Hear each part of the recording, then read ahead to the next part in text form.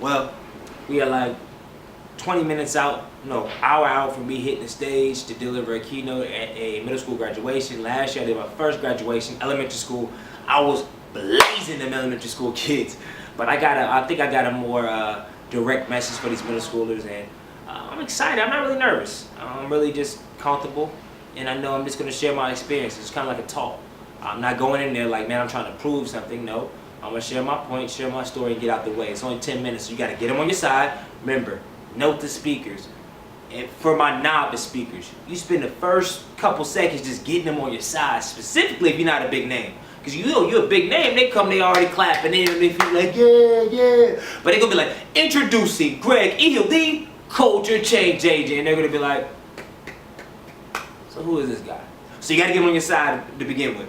Then after that, it all depends on what type of speaker you are. And I'm a direct speaker because I've been through real stuff in life. And I know you have too, but I'm honest and vulnerable in that sense. So I got to hit them where their heart is so they can be like, oh, I feel this guy. So I'm going to hit them with my story. And then after that, hit it with 4 points, closing story. I'm going to do the elephant story. The reason why I'm going to do the elephant story, because last week I did it and it was good, but it had potential to be great. So I'm going to massage it a little bit, sex it up, and hopefully we can close on that.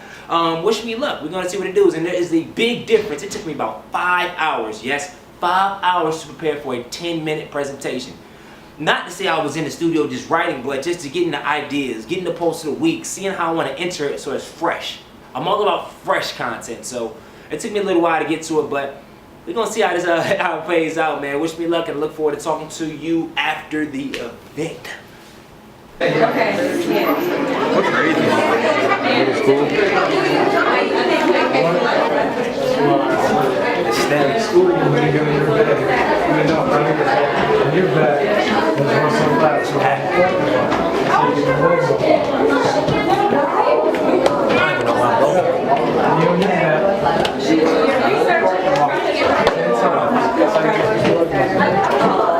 It's been a long time. I know. 4 years ago. Man, wow. 8 minutes. That's all I had. I had 8 minutes to go ahead and get it in, and it was a doozy to say the least. I mean, I think I did pretty well. It was a different crowd because I had half black, half Latino, and anytime there's a language barrier, I had it happen last year at elementary graduation.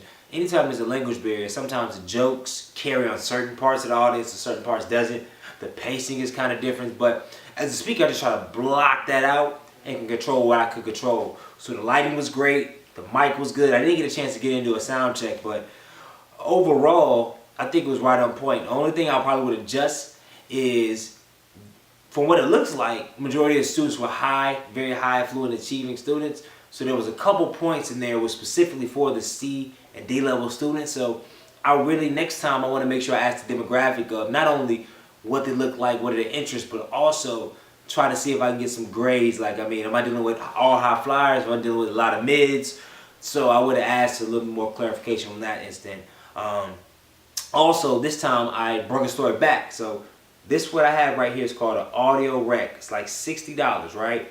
I put this on my clip, on my lapel, and then I plug it to my phone, and it records my speaking so that I got the video and I got the audio. So when I do my research at the end of each gig, I can see what worked for the crowd, what jokes carried well, and what didn't work.